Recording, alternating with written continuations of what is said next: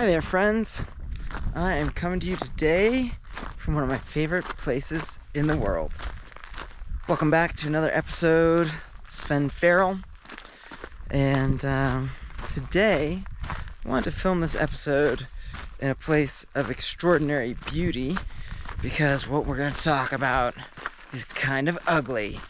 Now, if you saw episode 1, you know that what I talked about is what I consider to be the single most important bit of wisdom that humanity has ever amassed. And that is love. Love is the answer. If you're ever in doubt, love is the answer. Today, we're going to talk about the exact opposite. We're going to talk about hatred. Now, often I would say that the fundamental choice we humans are being asked to make is love or fear. And I would argue that hatred is very often rooted in some sort of fear. And that often the antidote to hatred is understanding, because once we have understanding, we are less likely to be in fear and more capable of being in compassion, kindness, in a state of love. But I specifically want to talk about hatred some because I've witnessed over many, many years the seeds of hatred being sown in American society. And this I find incredibly disturbing. It's easy, hatred is akin to the dark side of the Force in the Star Wars mythology. It's the easy path. It's really easy to keep my mind closed and to judge people I don't understand simply for the fact that they are different or do things differently or whatever. And I'm going to try and go a higher angle. You can see this amazing field of wildflowers that I'm walking through. Hopefully some of that I'll pick up on the camera.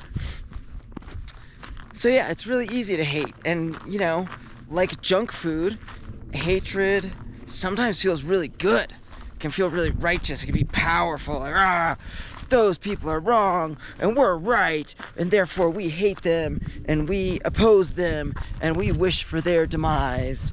In fact, we might even be working towards their demise by dropping bombs on them or invading their country or whatever. Problem is, hatred rarely leads to good outcomes, and even though hatred might feel exciting or might feel adrenalizing, might feel energizing, hatred can really drum up a lot of energy, much the way fear can, right? If I think I'm about to be killed, I get this big jolt of fear and adrenaline, and my body is ready to fight or flee, to take action, take significant action to preserve my well-being. Hatred's a lot the same. Like, it can feel really energizing, it can feel it's like a really big, powerful emotion, so it can feel really good. But fundamentally, hatred, just like junk food that isn't actually food, hatred fails to nourish us as human beings, and in fact it does quite the opposite.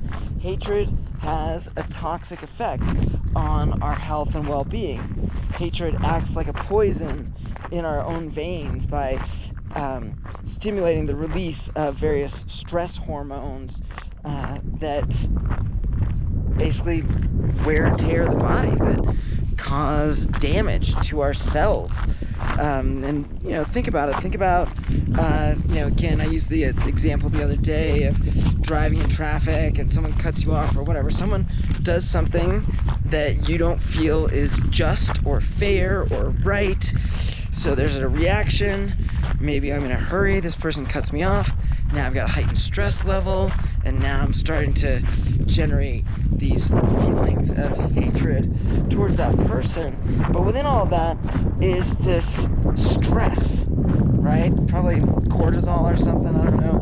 I haven't really looked into the science of these things. And side note, when I'm sharing these Sven episodes, what I'm really doing is sharing direct first-hand experience. I'm not very interested in sharing some scientist's understanding or whatever. So rest assured that everything I share is based on my own personal experience, how I feel things moving through my own body, and also a little bit talking to close friends and whatnot, and sharing the wisdom that we've gathered on our independent life journeys. Anyhow, so back to that hatred. It's this poison in your body, and it will gnaw away at your health. It will consume well-being and replace that well-being with illness, disease, cancer. We get sick when we spend too much time dwelling on all these negative thoughts. And if ever there was a negative thought, hatred is a negative thought. So that's most of what I wanted to get at around hatred. But there's another piece here that I think is very relevant at this particular moment in time, which is that any quote-unquote leader, I would argue that anyone who's asking you to hate other people is in fact not a leader, but a power monger, but that's a whole topic range for another day. But anyone in a position of power who asks you or invites you to hate a different group of people of a different race, skin color, religion, whatever, that person has no interest in your well-being. Anyone who asks you to hate doesn't care about your well-being. They care about one thing. They care about power, and they are wielding fear to instill hatred in order to gain control over you. Hatred, fear, these things are always the tools of the power mongers in the world. You just need to go back to Nazi Germany and look at how Hitler was so effective at wielding, judgment, hatred, fear, blame of the Jewish population in order to gain dictatorial control of his nation and in order to cause extraordinary harm in the world.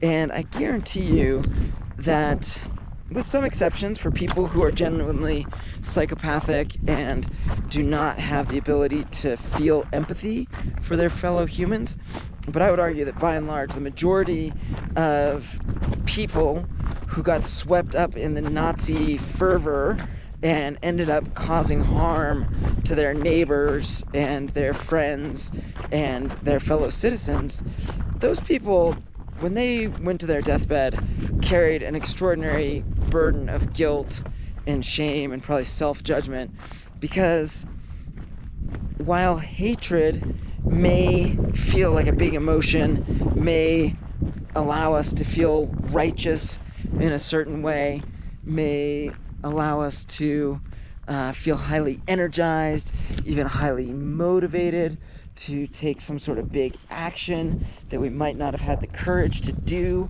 if we weren't so sure that those other people were so wrong and that we were so right. Without all of that, where was I going? Lost the train of thought. Let's see. So what I was saying is that hatred may be this big emotion that can really motivate, drive, instill lots of energy, but ultimately, when you take action based in hatred, it does not feel good.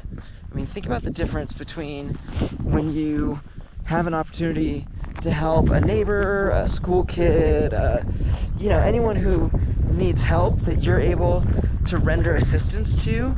Think about how different it is, the feeling that you get in your own body. You help someone and help them along their journey in whatever way, you feel great. It's why volunteerism is so wonderful. It's because everybody wins. The volunteer gets to share time, energy, resources with people who need that support. The people receiving the support feel great because they see that their community is there for them. And the volunteers get this incredible rush of positive hormones and just good feeling, knowing that they made a difference in the world. And what is it that everyone, as they get older, so many people start thinking about their legacy, right? Like, what's the difference I've made in this world? Does my life have any meaning? Was my time spent here worthwhile in any way? And if you're the kind of person who showed up and helped people, it's pretty easy to feel that your life was meaningful, worthwhile, and to feel really good about how you spent your precious time on this earth. On the other hand, let's think about coming home to your house. The neighbors left their trash cans out all week long, and you hate that. So frustrating. Your neighbor's like such a slovenly person. Oh my gosh, look at these flowers. You know, your neighbor's just like this horrible person who doesn't take care of things and just doesn't care, and whatever it is that causes you to hate that neighbor. When you come home and look at your neighbor's yard and feel that rush of judgmental hatred, it doesn't feel good. It feels like stress. It feels like a burden that you're carrying. It feels like an anchor or a millstone around your neck. It is not healthy. So I just invite you all to reflect on your own experience of where you have felt most judgmental towards other people, most in the spectrum of hating someone, and where you have conversely felt like you were able to share love and caring with people, and just reflect on how different those experiences are. And then ask yourself, you know, do you think I'm right? I mean, I feel pretty confident in saying that anyone who asks you to hate another group of people is not your friend, is not anyone who actually cares about you.